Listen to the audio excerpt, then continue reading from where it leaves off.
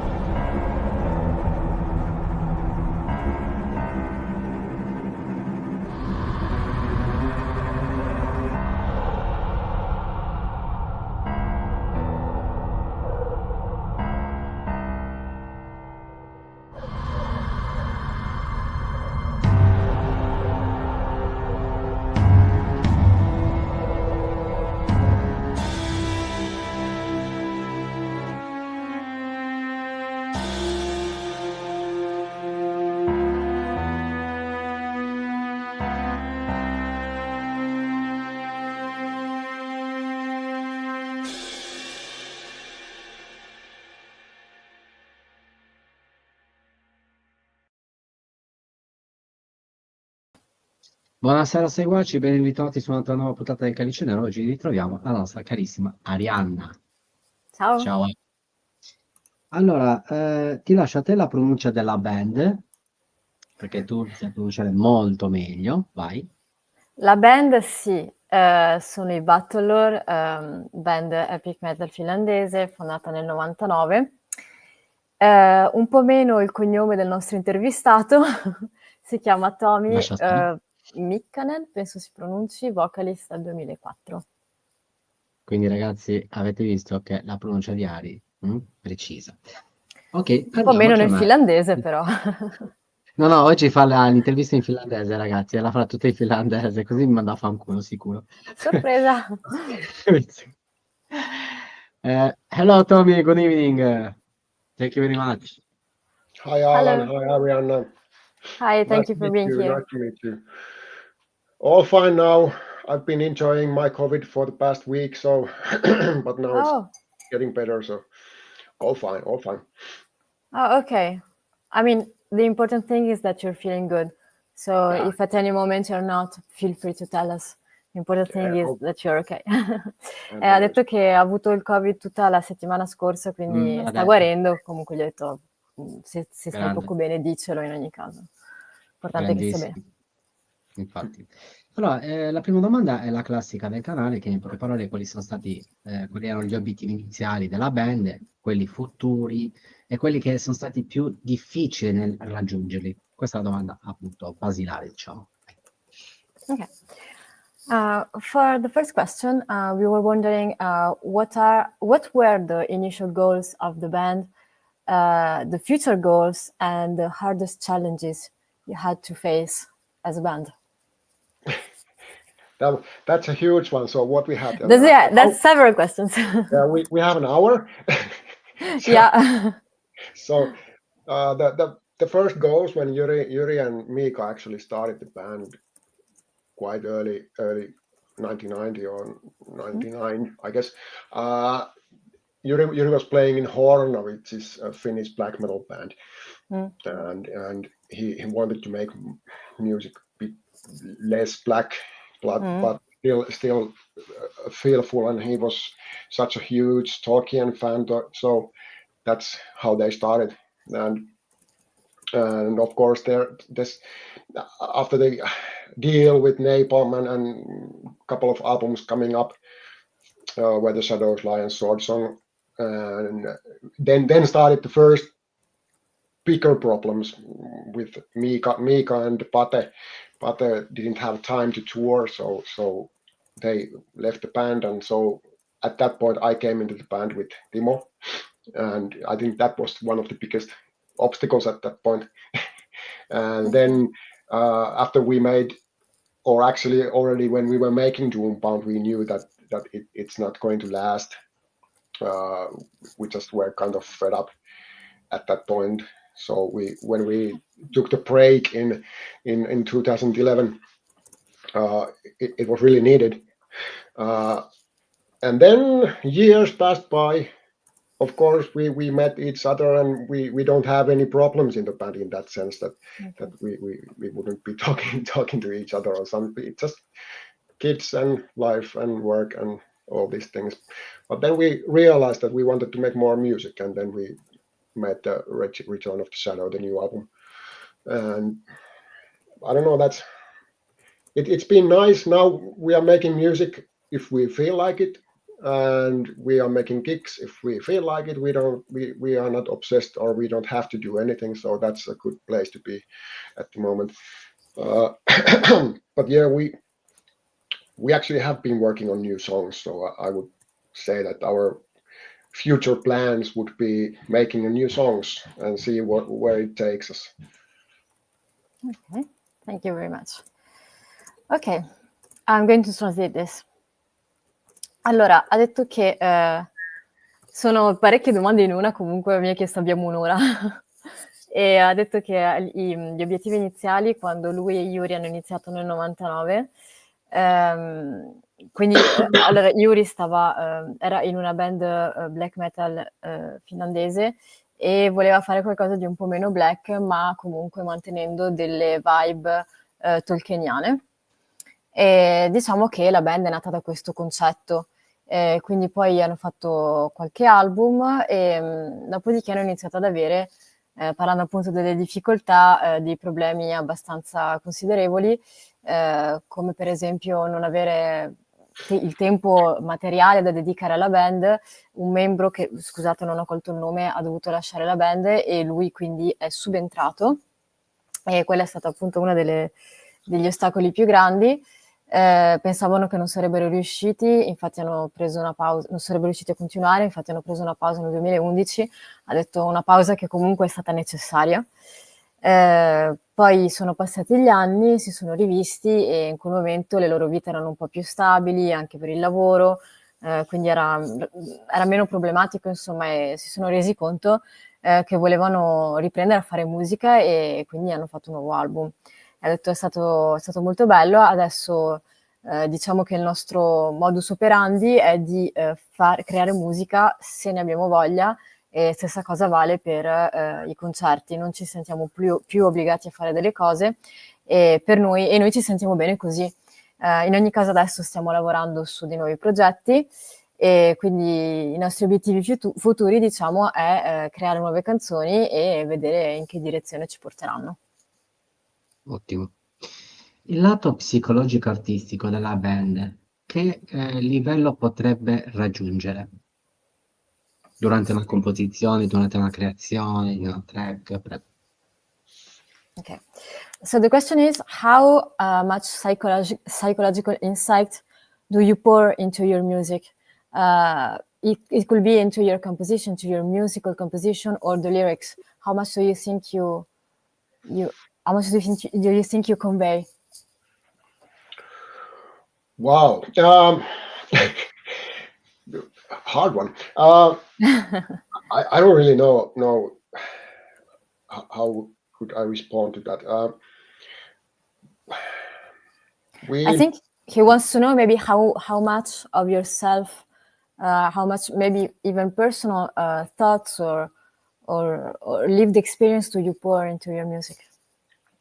Yeah, well, the way we make music is of course it kind of sets the scene, to say, because usually it's either Yuri or Jussi or Timo or me who comes up with the musical idea of the song.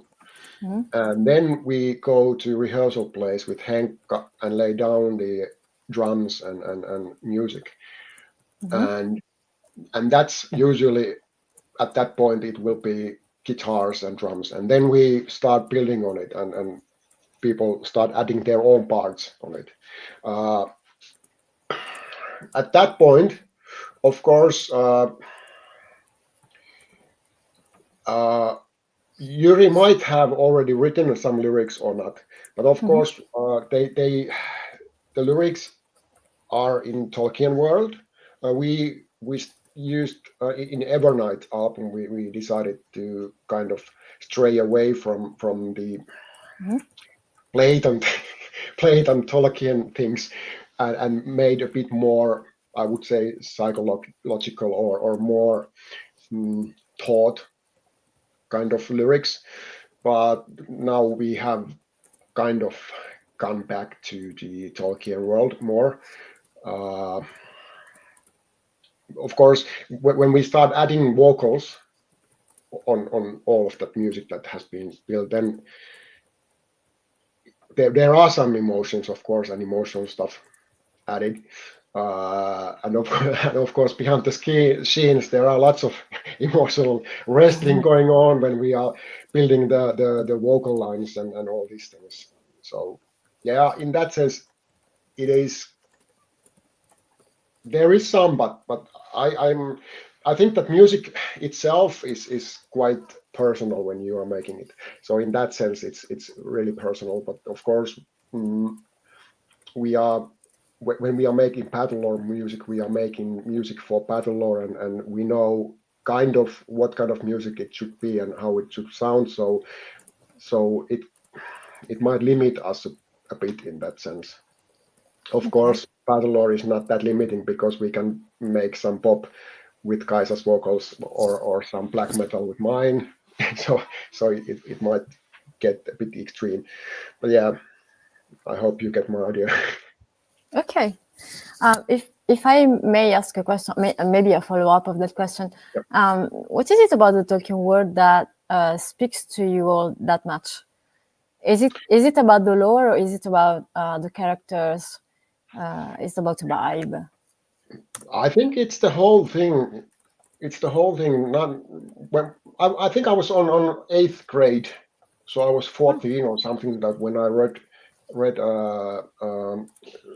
the rings the first time, and then I was on 9th grade when I went through Silmarillion, and the whole thing is so huge, and of course there are so many things that are related to Finland and our national epic Kalevala, which Tolkien used quite a lot. So in that sense, it's such a huge place. And of course, when Yuri started the band, he wanted to have the Tolkien thing. And at that point, it kind of set Battlelore different from many other bands, from these other symphonic female-fronted bands. Of course, Battlelore wasn't female-fronted in the beginning. Kaisa and Maria came on the second demo, so it was more like guys doing black metal with Tolkien lyrics. Yeah, so it's just a huge world, and you can, of course, nice stories, nice characters like Turin Turampar and all these things, and all the things related to Finland, and now that we are the Tolkien band, then we have to keep it. Okay, thank you so much. I'm going to translate it. Allora, sì, gli ho fatto anche una domanda io perché ero curiosa, quindi insomma un po' divagato, Sì, però ci ha fatto sempre restando in benissimo. tema.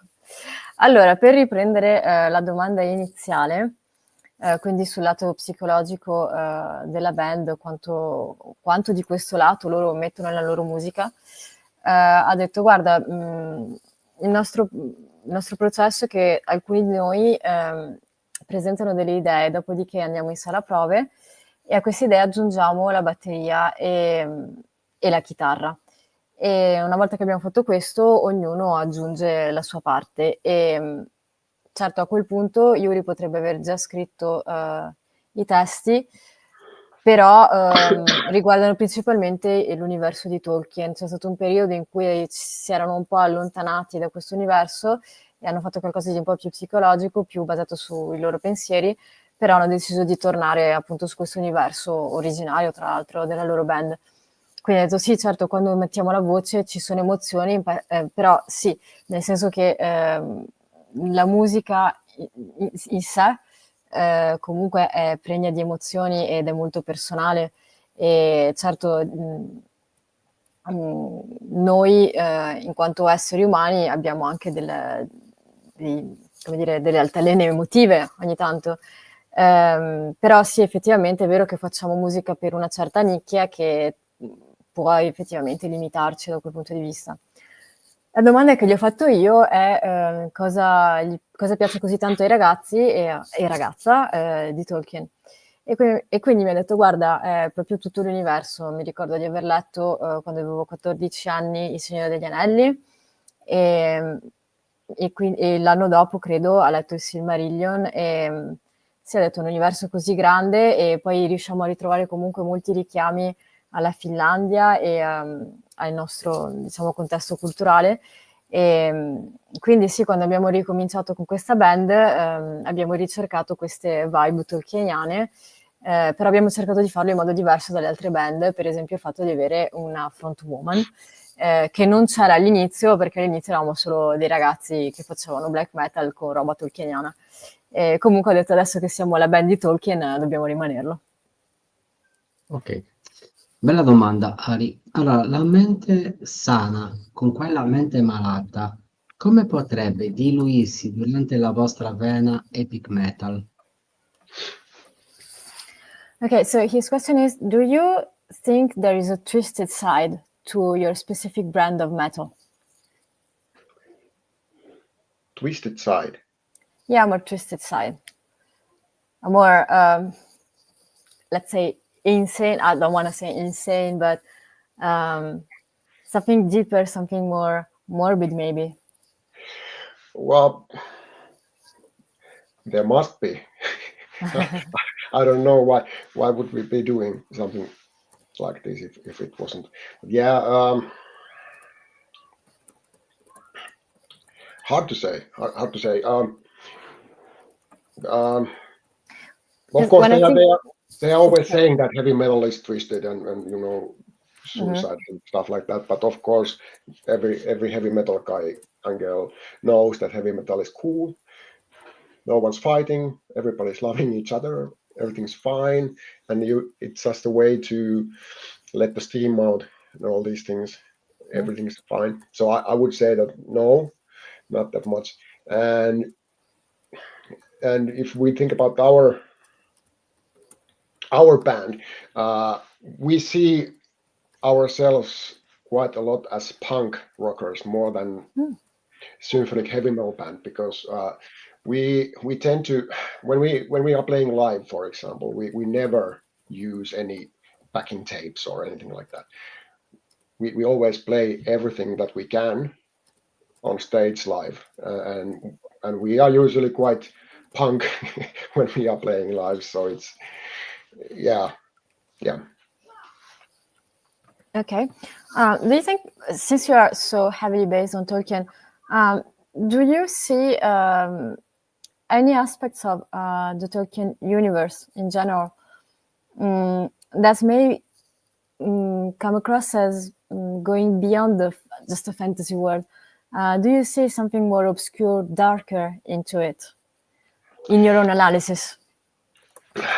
Well, yeah, I I think I know that actually, if you read Lord of the Rings, for example, it's not just about this guy who controls the rings and all these people and elves and stuff like that, but it's about the World War One and the whole world that was going really bad at that point. The World War One, World War Two, everything's fucked, and I think that there will be a new Tolkien coming up soon, talking about these days, and because it's not that it's not going that well at the moment.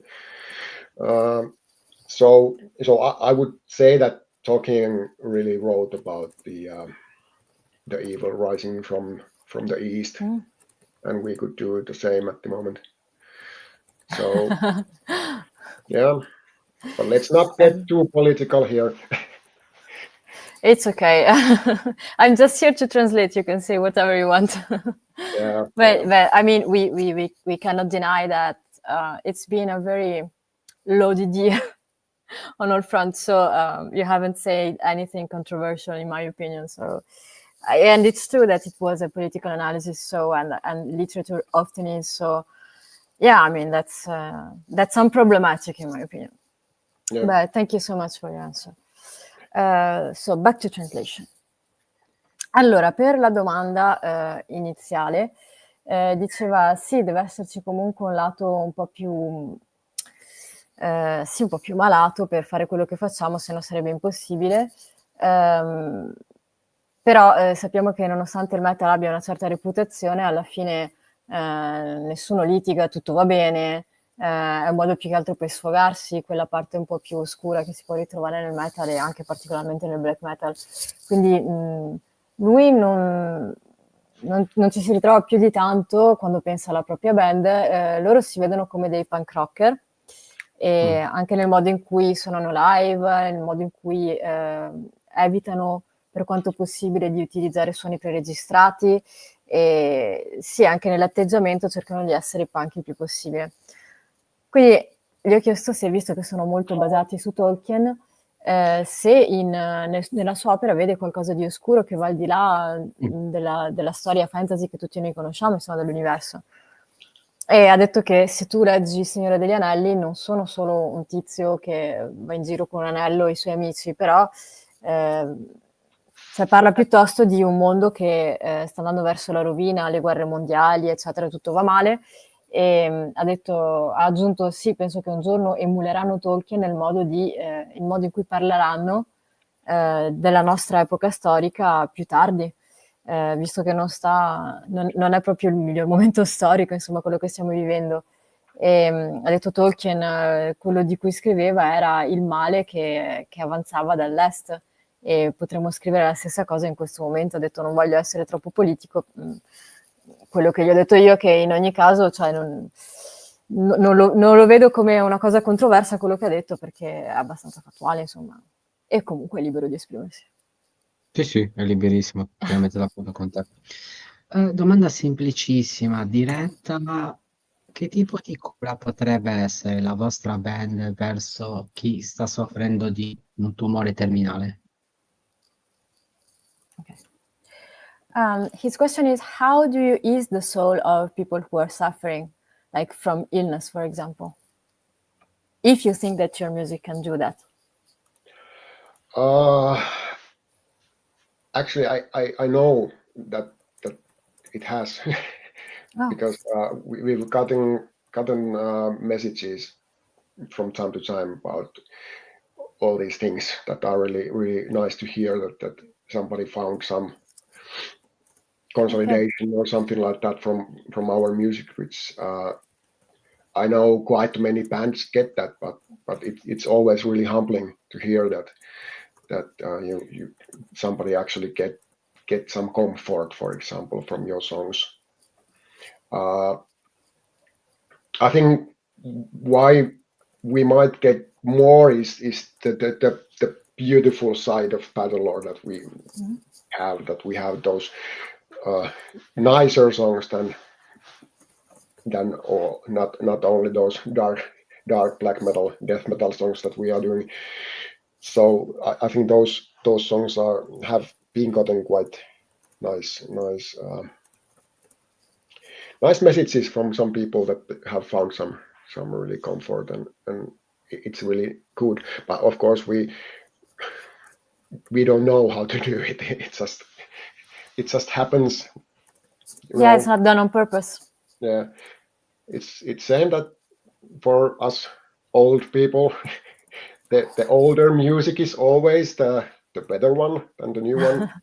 But that's just how it works. But listening to the music that we listened to when we were kids is always comforting in a way. I think, like the way you always watch the same TV series, because it's like you're reassured by what happens. I think it's normal.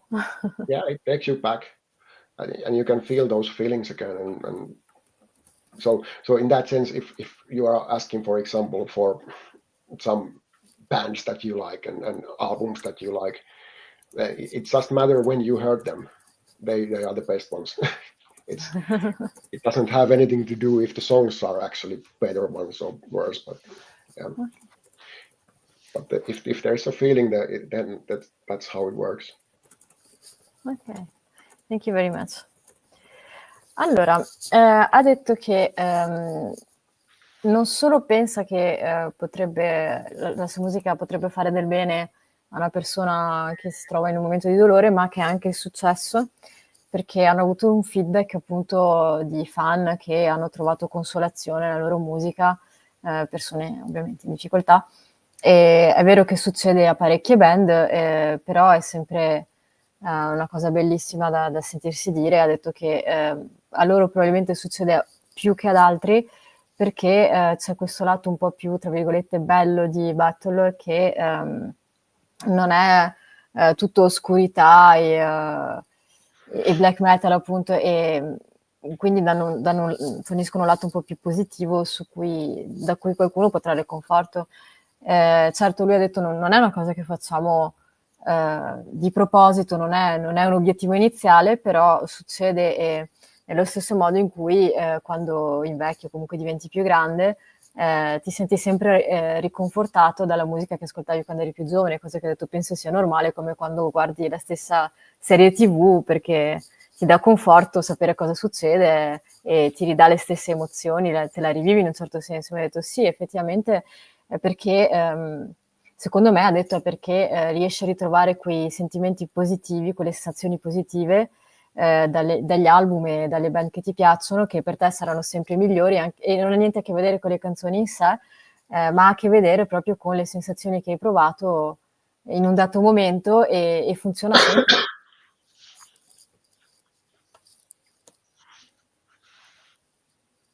Alan, non ti sento. Scusate ragazzi, mi sono mutato. Vuoi chiedere qualche domanda specifica anche sulla questione sempre Simonelli o una domanda che ti viene in mente? Vai pure, continua pure con le tue. Ok, perfetto. Allora, vediamo un pochettino. E infatti qua ritorniamo sempre sulla malattia del tumore. Un pittore affetto di tumore raro, e questo sta a significare che gli rimangono 2 giorni di vita. Che tipo di quadro potrebbe realizzare con la vostra musica per essere ricordato a vita? Okay. So his question is, if a dying painter was to paint their last work, getting inspiration from your music, what do you think the painting could look like?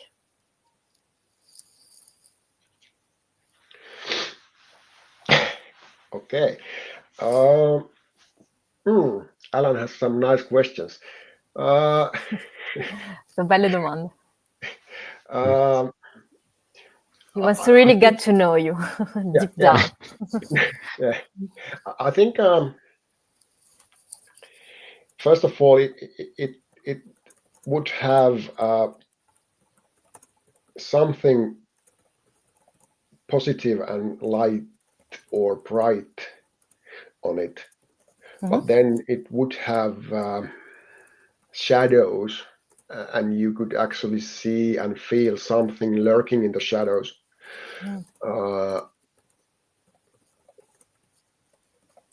So I would say that it would be, it might even be called a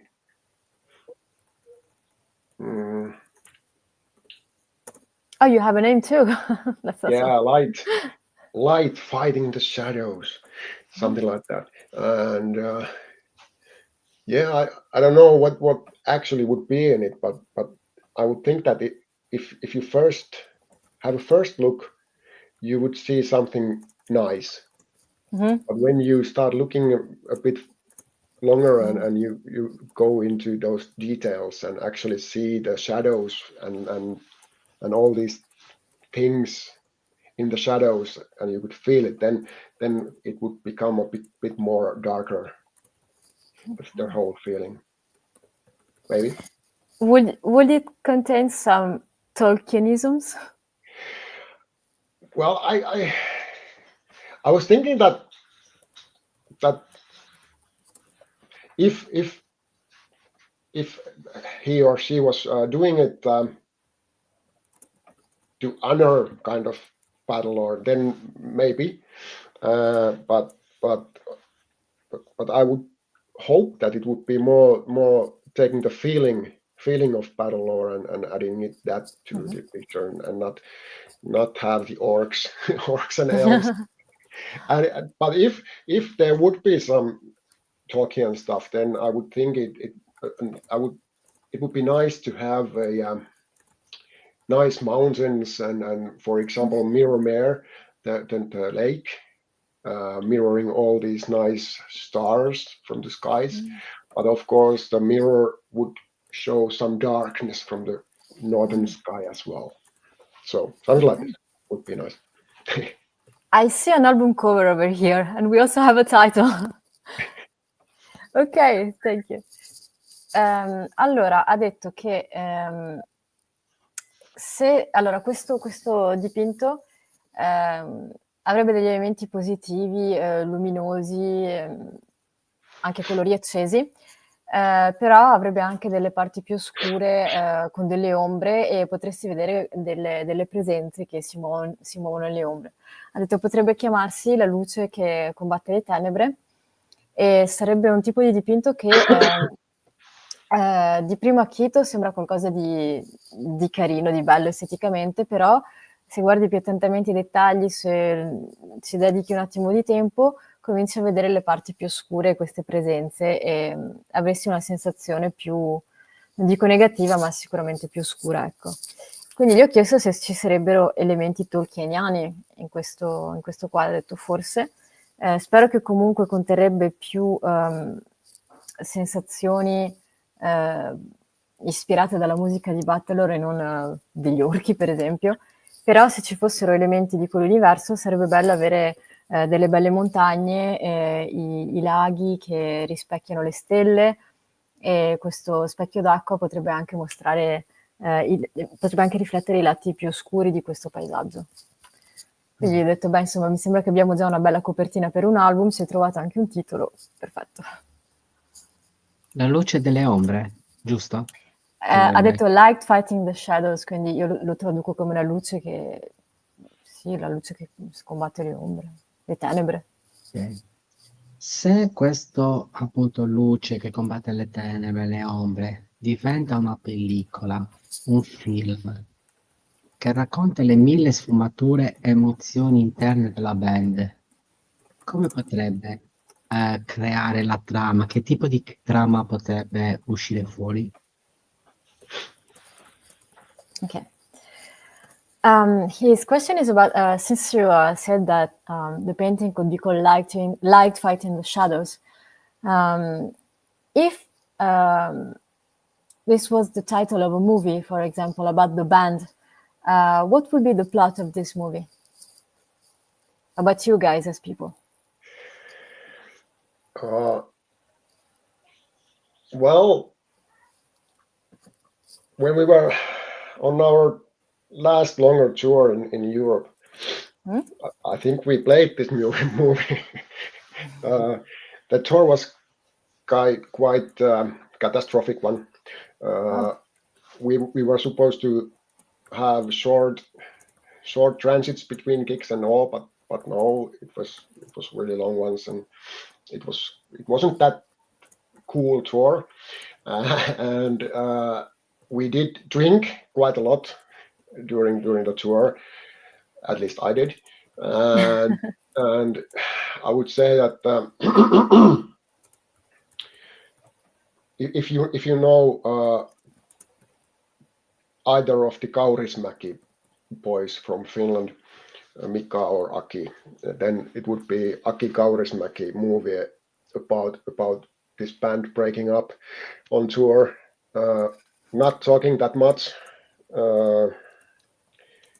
just going on, drinking beer, and then one night the light and the darkness would have a horrible fight, and the band would be disbanded a couple of times.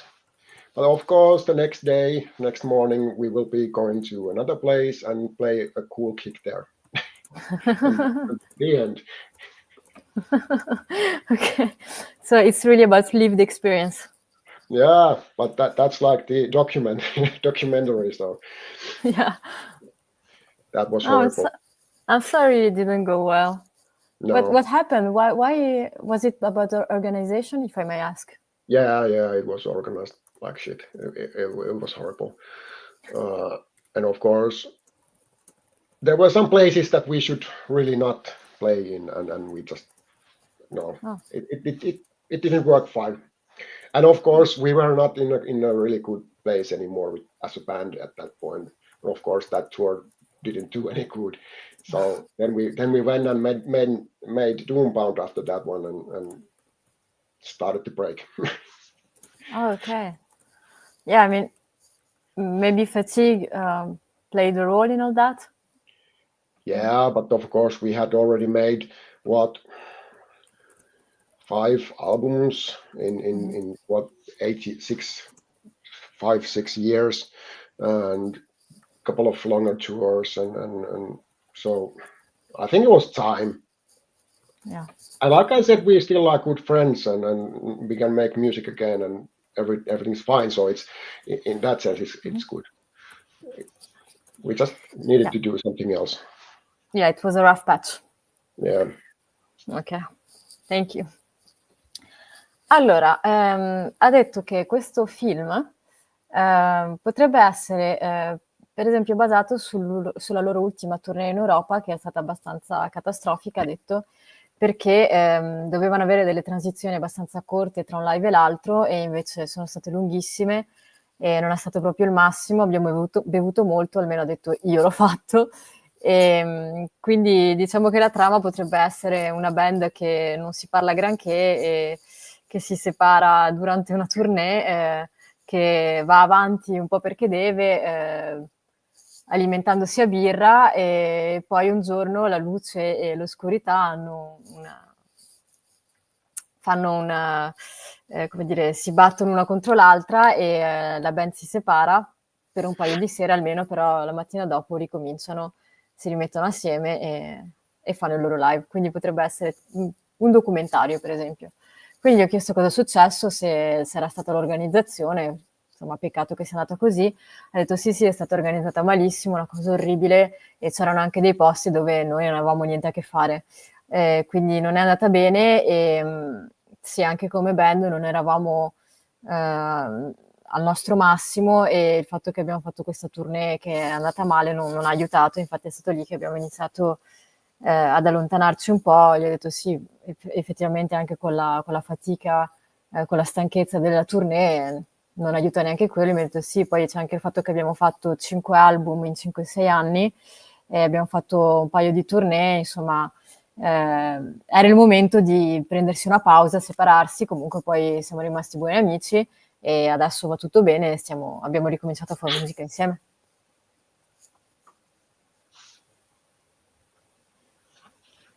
Sei muto?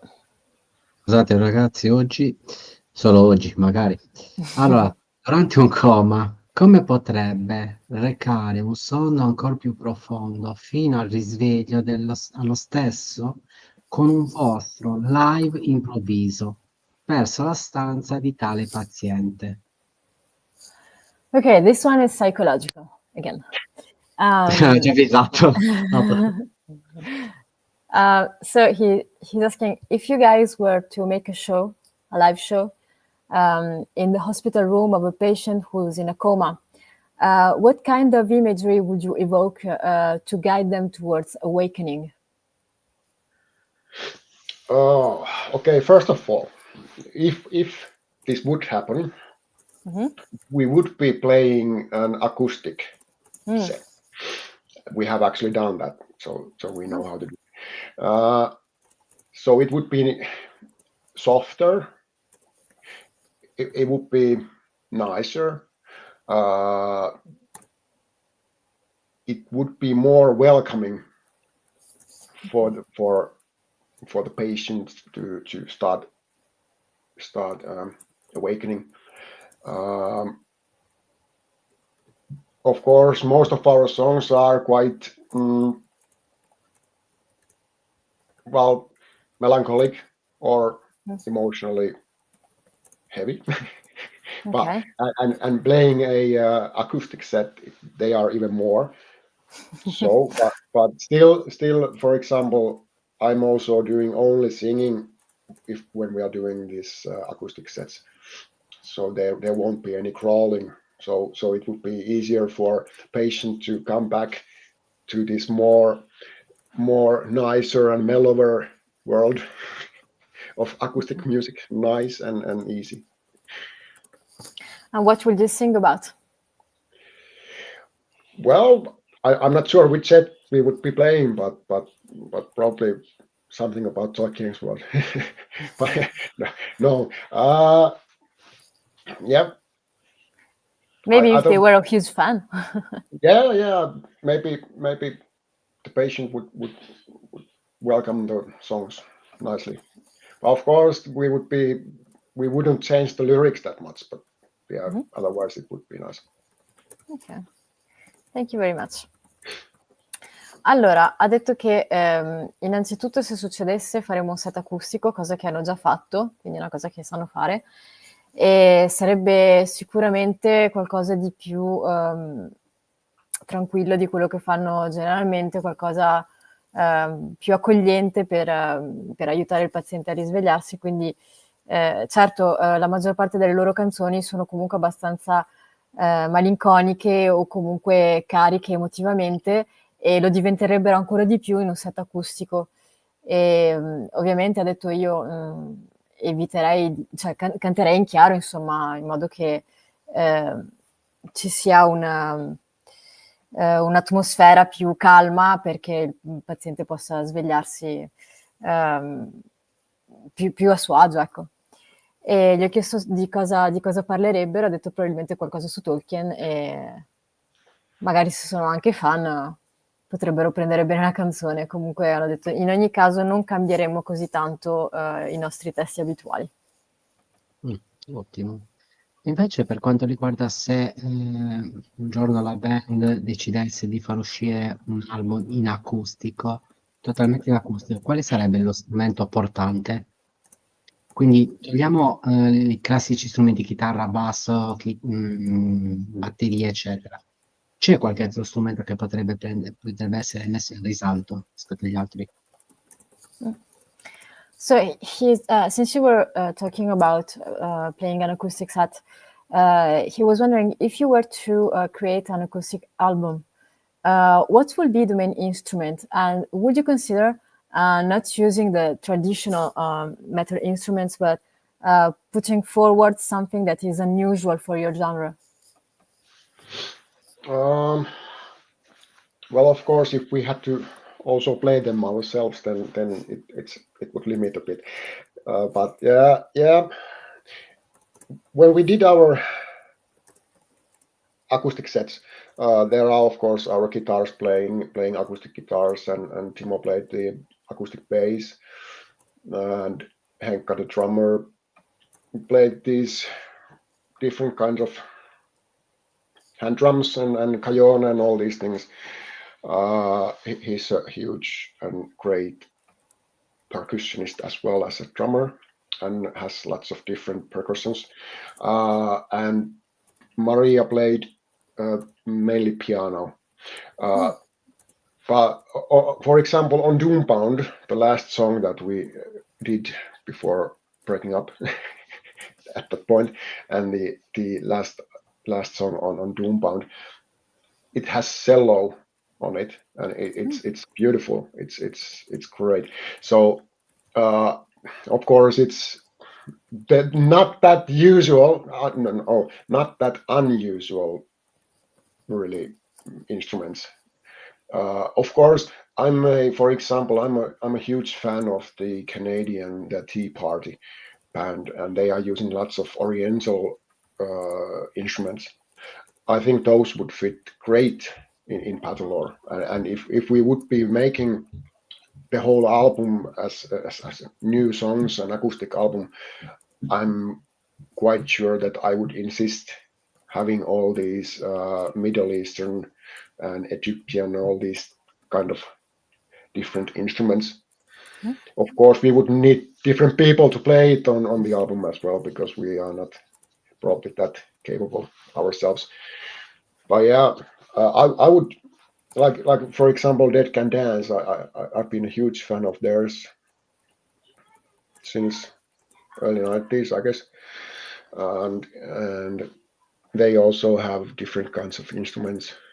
And now that I'm actually, when the COVID hit in 20, was it 20 or 90? I don't remember anymore. But then all our bands went on hiatus at that point. So I started learning electronic music myself, and I've been doing different kind of electronic music and releasing it under different names.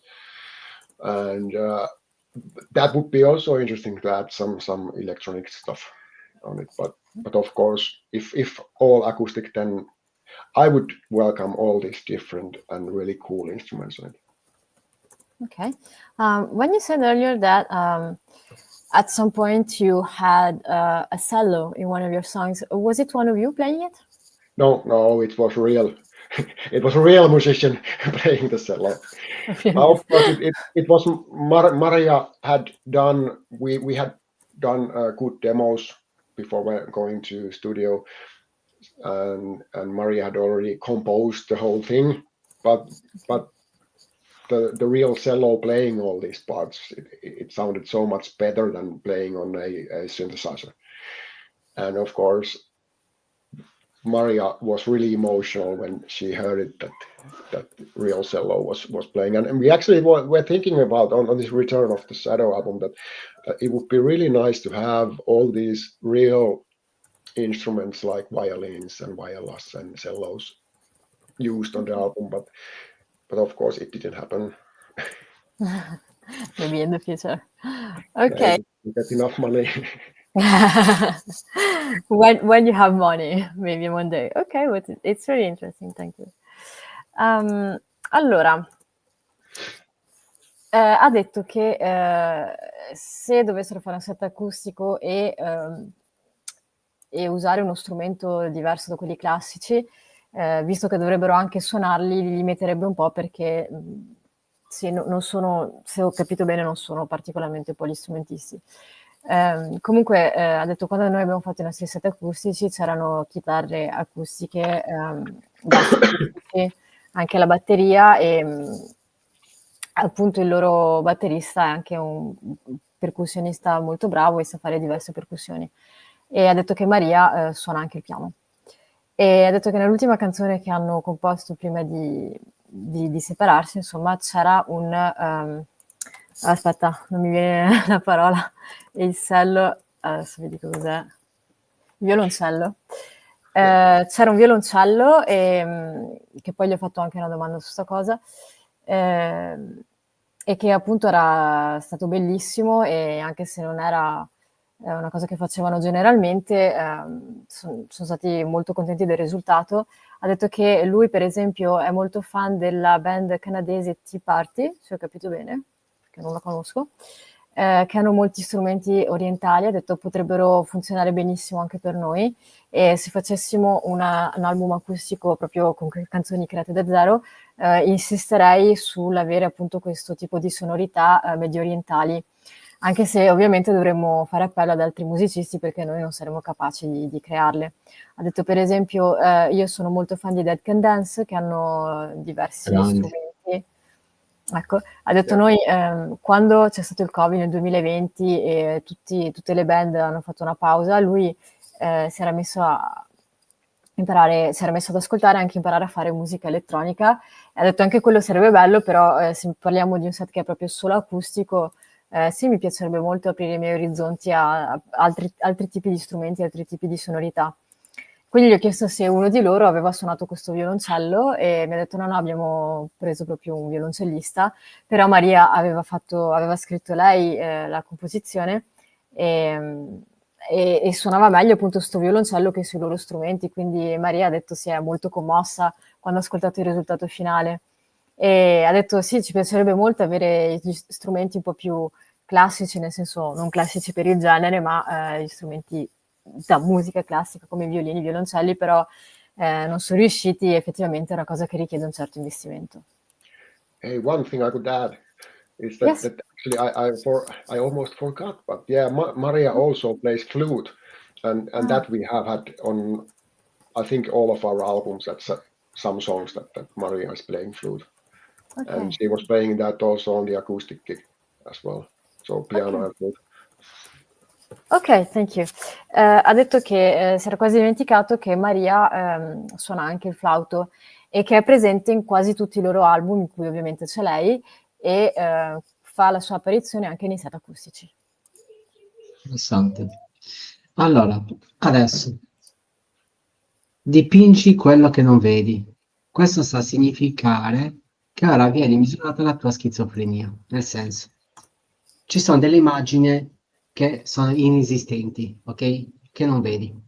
Però devi cercare la figura di quello che non vedi e trascriverlo in realtà. Il tutto, proprio questa trascrizione tra la realtà e la non realtà, misura appunto il livello schizofrenico artistico, nel senso buono, appunto, di Mr. Tommy.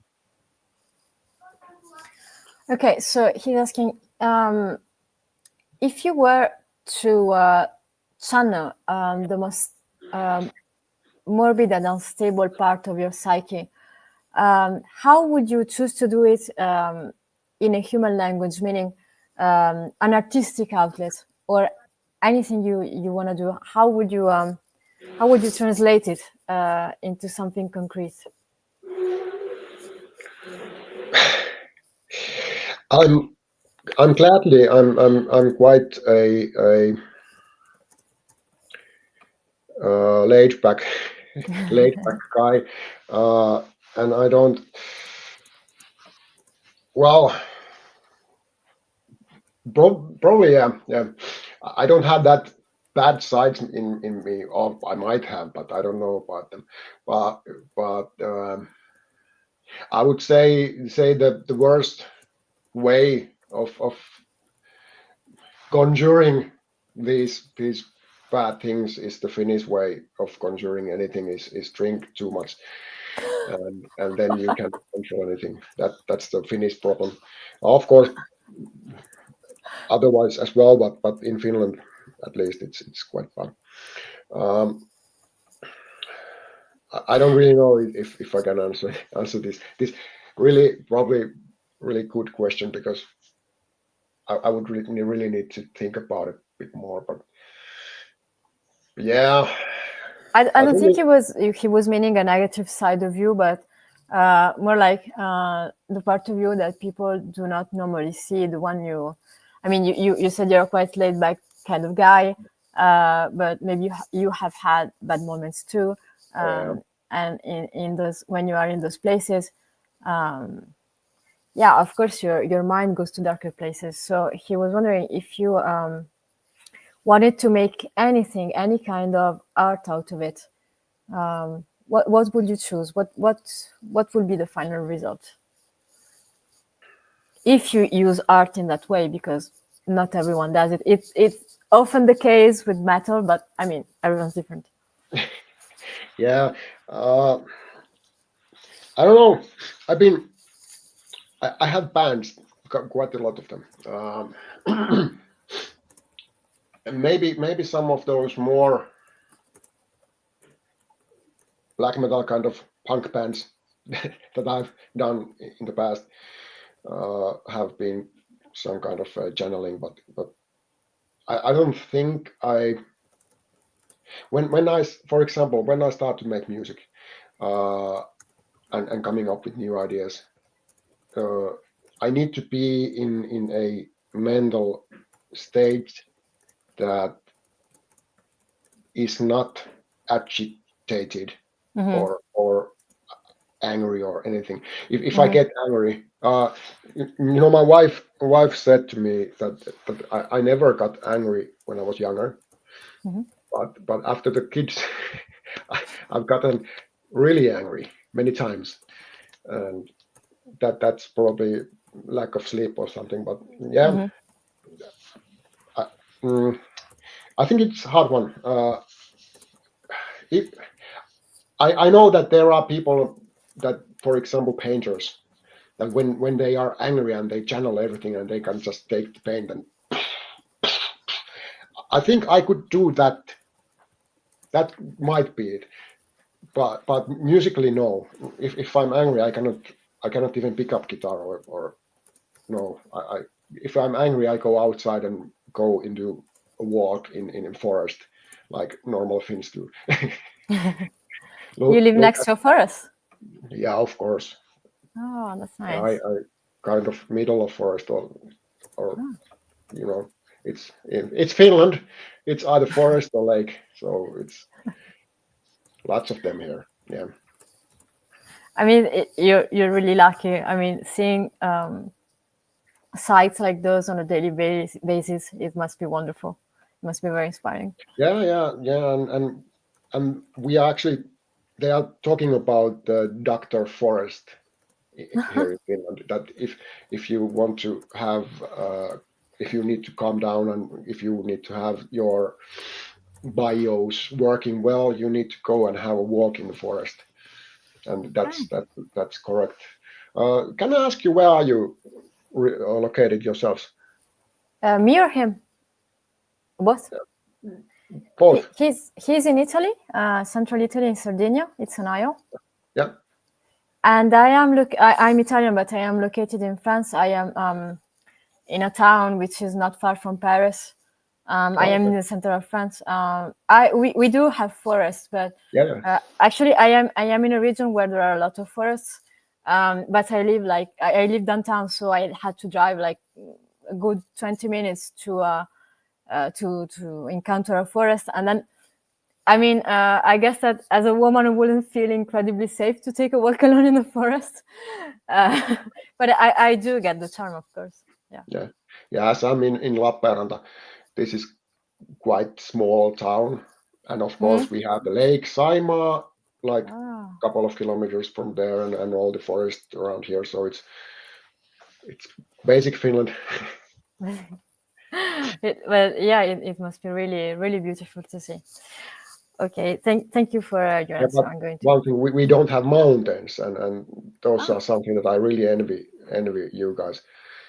We were in northern Italy in last summer, and really loving it there. I love it. Where were you? Oh, we were in Milan and in Como and Bergamo. So northern Italy. Okay, I've actually lived in Milan for a while, so I mean, Como particularly is a really beautiful place with the lake and everything. Those are nice places. I'm from northern Italy, so yes, it's true that we do have the mountains quite close, and we have quite a variety of sites in Italy. So you do not have to drive that much to see the mountain or the sea or the lakes or whatever. So that's one lucky thing we have, actually. So you were in a gig in Milan? No, family trip. Oh, okay. Yeah, we've been playing before in Milan and in Italy at least a couple of times. But yeah. But one of my coolest moments on tour was that, first of all, we on that tour we were using nightliners, so we slept through the trip, and then we woke up in the next place. And I just came out from the bus, and we were in Innsbruck in Austria, and when I stepped outside the bus, I was like a bit hungover. I had a smoke, and was walking there, and then I opened my eyes and started doing like, and we were beside the big mountain and the river. If you've been to Innsbruck ever, it's really beautiful. It's turquoise. The river is really light blue, and the mountains are just there. It was like, oh, I'm so small. Yeah. That was beautiful. I really love mountains and stuff like that. Unfortunately, I have never been there, but I really would like to. Austria seems just amazing. So you're a fan of the mountain? Yep. They just make you feel small. It's nice. It's nice to feel small. Okay. Okay, thank you. So I'm going to translate this. Allora, per riprendere il tutto, ha detto che lui non ha particolarmente questo lato un po' contorto. Ha detto: sono un tizio abbastanza tranquillo, non ho quel lato diciamo un po' più oscuro.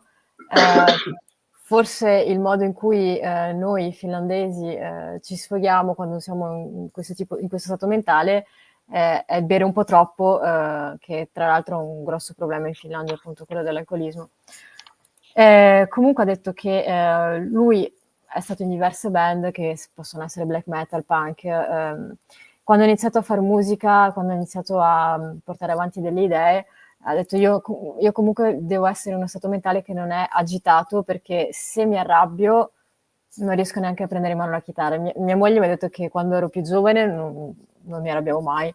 Ho iniziato magari a avere un po' più questi stati d'animo dopo i bambini, probabilmente per la mancanza di sonno.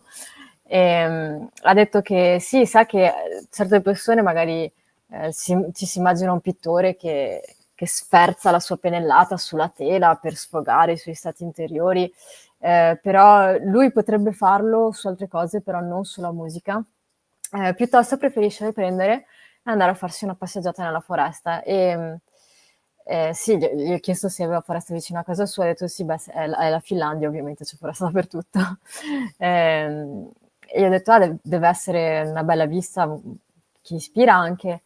E mi ha detto sì, qua parliamo proprio della dottoressa foresta, che è proprio una cosa che ti serve se per esempio dopo il lavoro hai bisogno di darti una calmata, ti fai una bella passeggiata nella foresta e passa tutto. Ha detto io abito in un villaggio comunque che è vicino alla foresta e ai laghi, mi ha chiesto dove abitiamo noi, gli ho detto, ho spiegato dove abito io, che tu sei in Sardegna, e ha detto che quello che a lui manca un po' nel paesaggio finlandese sono le montagne, e che per esempio ha ritrovato queste viste nel nord dell'Italia, a Milano, Como, Bergamo.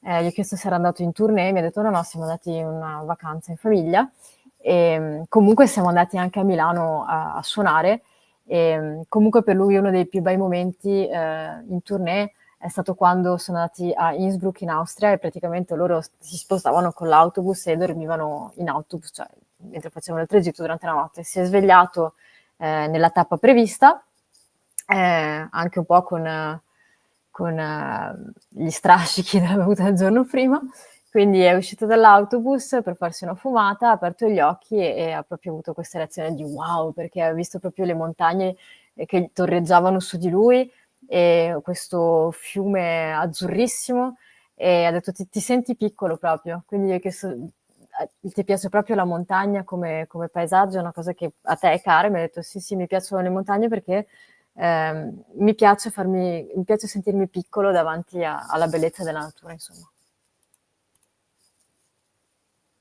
Voce.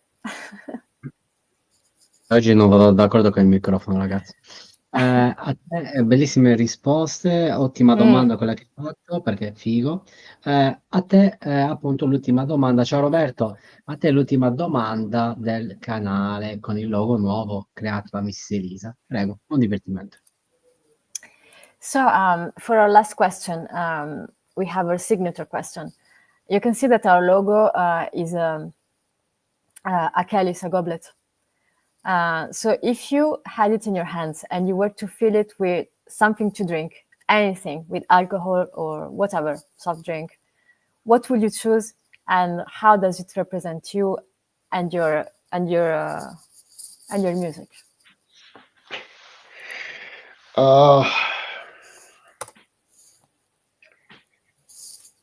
Well, I need to start giving a bit of background. I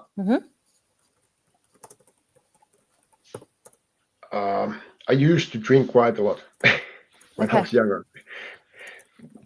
Many of us do, but not that much anymore. I can have beer or something maybe a couple of times a year.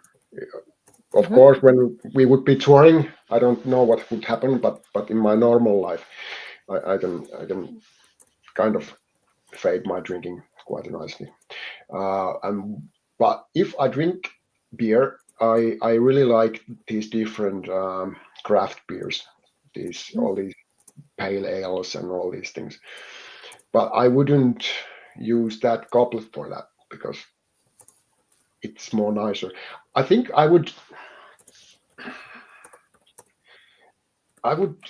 use it for a really good cup of coffee, not the one that you are drinking, but the one that we are drinking, more Americana kind of Okay. coffee. I don't really. I think the way you do it, it's so small that you can't enjoy it really nice. But yeah, I like my coffee. That's something that I enjoy a lot. But I don't drink that much anymore. I drink only maybe 2 cups of coffee a day. But I really enjoy my coffee, so I would fill that with some really nice, maybe a bit darker roast coffee. And how would that represent music? I don't know. Not Battlelore that much, because Battlelore is more like beer drinking, fun having, kind of party going on all the time. so probably not that part that much, but We need to give you 3 goblets. yeah, when we were touring and we were actually in it was either in England or it might have been in Belgium when we were playing this Metal Female Voices festival. I got this nickname, and it was my Indian name. Sorry for all these Indians nowadays. You cannot say this, but it was my Indian name, and it was Tommy Two Beers. Whenever anybody saw me, I always had 2 beers when I was walking, so that I wouldn't go without. so thanks to those people, I know them quite well, that gave me that name, but it's stayed for a decade already. And I still hear it, Tommy Two Beers. Yeah. But I mean, it's quite iconic actually to be called Tommy Two Beers. Yeah. I mean, it's funny. Ok, thank you. Ok, let me translate that. Allora, mi ha detto che beveva abbastanza quando era più giovane, adesso non è più così, quindi magari si beve una birretta un paio di volte all'anno, e quando la beve gli piace bere quelle artigianali, un po' più, come posso dire, più chiare, quindi penso le bionde, quel tipo di birra lì. Non so se si vede che non bevo birra, non la conosco, però non la metterebbe nel calice. Diciamo. Non la metterebbe nel calice, lo userebbe piuttosto per una bella tazza di caffè, ma americano, non il ristretto che beviamo noi. Ha detto, non ne bevo tantissimo, magari un paio di tazze al giorno, però mi piace, mi fa piacere. ha detto forse un tipo più dark roast, non saprei neanche come tradurlo in italiano perché non bevo neanche caffè, forse una qualità più scura. E quindi ha detto che se dovesse rappresentare Battlelore sarebbe più, sì, è più bere birra, divertirsi, fare casino, quindi la cosa più rappresentativa sarebbe la birra. E mi ha raccontato che una volta erano in tournée in Inghilterra o in Belgio e gli hanno dato un soprannome, una specie di nome indiano, si scusa con gli indiani, e ha detto che era Tommy due birre, perché aveva sempre 2 birre in mano, così non restava senza, e ha detto che l'ha accompagnato per un decennio. Quindi ci sta, ci sta. Allora, noi veramente ringraziamo il simpaticissimo e grande Tommy dei Battlelore, che è stato un onore averli sul Calice Nero. Gli auguriamo il meglio sia nella vita privata che nella vita artistica. Veramente un grandissimo abbraccio da tutto lo staff. Yeah, so thank you so much for being with us. You have been super nice, and it was an honor to have you with us. And we wish you the best for your private life and your artistic career. And we send you a big hug. Thank you, guys. Thanks, Alan. Arianna, good work for the translations. Are you kidding? You speak better than I do. Your English is perfect. Yeah, but Fantastico. my Italian is a bit rusty. So, We finished too. Thank you very so much. yeah, thank you. See Bye you bye. soon. Yeah, bye bye. Bye, thank you. Ok ragazzi, anche oggi è normale che sono arrivati i complimenti ad Arianna. Come cazzo fai a non fare i complimenti ad Arianna? Mizzer? Ha detto che il suo italiano è un po' arrugginito, ma anche il mio finlandese, quindi va bene così. Vabbè, infatti la prossima volta lo fa in 2 dialetti tra il veneto e il sardo, quindi preparati per la prossima intervista. Te una cosa del genere. No, non facciamo queste brutte cose, Alan. Non Almeno sarebbe in male. sardo ci può anche stare, ma in veneto proprio. Però sarebbe figo in veneto, sarebbe figo. Sarebbe una figata incredibile. Sì, sai che non sono molto fan del mio proprio accento, però se a te fa piacere, volentieri. Sì, sì, a me farebbe piacere, infatti ti arrivano i complimenti anche da Elisa, che è appunto è creditrice del Grazie, logo. Bravissima Arianna, complimenti. Infatti, grazie. Comunque anche lui parlava benissimo, eh. Lui ah, parlava veramente molto bene. siete stati fantastici tutti e due, quindi veramente è stata fluida, bellissima e figa, veramente. E anche capiva molto bene quel che dicevo, benché non abbia un accento Sì, inglese classico, era stato veramente bravo. sì, sì, è vero. Allora, Ari, noi tanto concordiamo in questi giorni le puntate, preparatevi che Arianna sta lavorando per portarvi dei gruppi molto interessanti, quindi preparatevi perché ha carta totalmente bianca, vi oggetto telecamere spente, e farà quello che vuole, senza ombra di dubbio. Quindi preparatevi a qualche piccola chicca. Complimenti davvero da parte di Enrico, quindi ragazzi, veramente, giustamente, quando c'è da prendersi i meriti, Arianna è giusto che si riprenda. Ma quando Quindi, uno è così dimmi, disponibile a parlare, risponde alle è domande, è vero, anche molto facile. è vero. Rende il tutto più semplice, non come certi gruppi che abbiamo intervistato, che c'era, infatti, ha detto, ma vaffanculo, ma No, non ho porca detto miseria. vaffanculo. Aspetta. Vabbè, quello l'ho aggiunto io, perché sinceramente, veramente, cioè, se No, devi però togliere quelle parole dalla bocca, no, ma è anche il fatto che quando una persona ti mette a tuo agio parli anche più bravo. spontaneamente, perché non stai a guardare ogni parola avendo paura di sbagliare, quindi dipende anche molto dall'intervistato. Dopodiché si Sì, fa poi sempre del non, proprio meglio. infatti, e poi non guardi assolutamente l'ora che sta finendo, quando non sta finendo l'ora. Sì. Cioè, te dici, non sta ancora finendo l'ora, porca miseria, non ho parlato nulla, e cosa vai a chiedergli? E siamo solamente al 15° minuto, ad esempio. Vero, Ari? Ne sai qualcosa? Vabbè, No, è il mestiere. allora, Ari, tanto ti saluto a te a cane spente, grazie come sempre, veramente. Allora, ragazzi, noi ci vediamo direttamente con Considera Abbandonato con Arrogat domani sul Calice Nero, poi concordiamo tutte le altre puntate. Quindi Calice Nero non si ferma, continua. Il grande spettacolo continua, non si fermerà mai. Il sacro codice è 000, la morte di Rendelari. Au revoir.